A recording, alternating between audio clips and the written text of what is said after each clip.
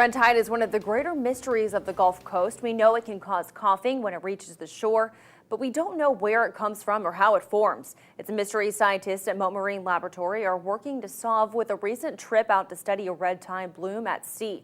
SNN's John Woodruff has more on what they found. 80 miles from north to south and about 50 miles east-west.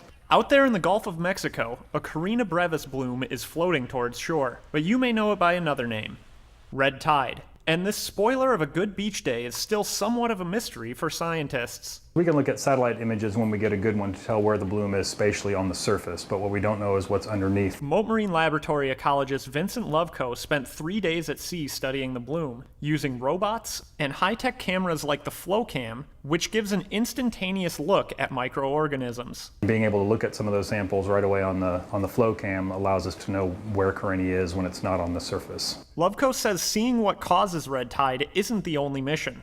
They also want to know how it moves. If it does move towards shore, we can see the conditions that precede it and help do a better job at predicting where blooms will move. You'll notice when the red tide shows up, people start coughing. At Sarasota Memorial Hospital, Dr. Brian Garby says red tide brings with it an increase in respiratory issues. People will come into the emergency care center with exacerbations of their pre-existing asthma or COPD, and we think that a lot of those can be triggered sometimes by exposure to red tide. Even with all we're discovering, Dr. Garby's advice for what to do when red tide hits remains simple. I would avoid going to the beach. Reporting in Sarasota, John Woodruff, SNN, the Suncoast News Network.